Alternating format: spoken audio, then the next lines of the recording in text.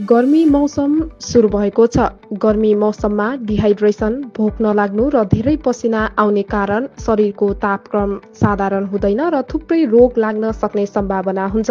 त्यसैले गर्मीमा आवश्यकता अनुसार कमसेकम 3 देखि 5 लिटरसम्म पानी पिउनै पर्छ।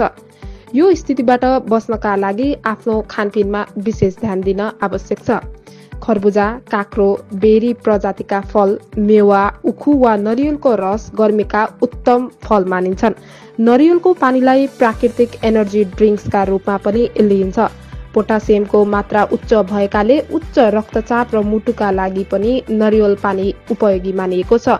नरिवलको पानीमा केरामा भन्दा बढी पोटासियमको मात्रा भएको हुँदा स्वास्थ्यका लागि लाभदायक मानिन्छ।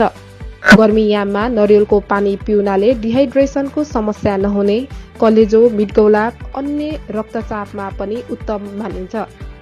दही, मही वा लस्सी, ताजा कागतीको रस मिसाएको पानी, बेलको शरबत आदि पनि उत्तिकै उपयोगी छन्। त्यस्तै टमाटर, प्याज, मुला, काँक्रो, गाजर मिलाएको सलाद, झोलयुक्त रसदार खानेकुराहरू पनि खाने बानी बसाल्नुपर्छ। ताजा पुदिनाको चटनी, सुक्खा पापड, अदुवा, लसुन, हरियो खुर्सानी गर्मी काट्ने राम्रा पदार्थ हुन्। पानी उमालेर पिउने गर्दा पनि गर्मीयामका 80% सम्भावित रोगबाट बच्न सकिन्छ।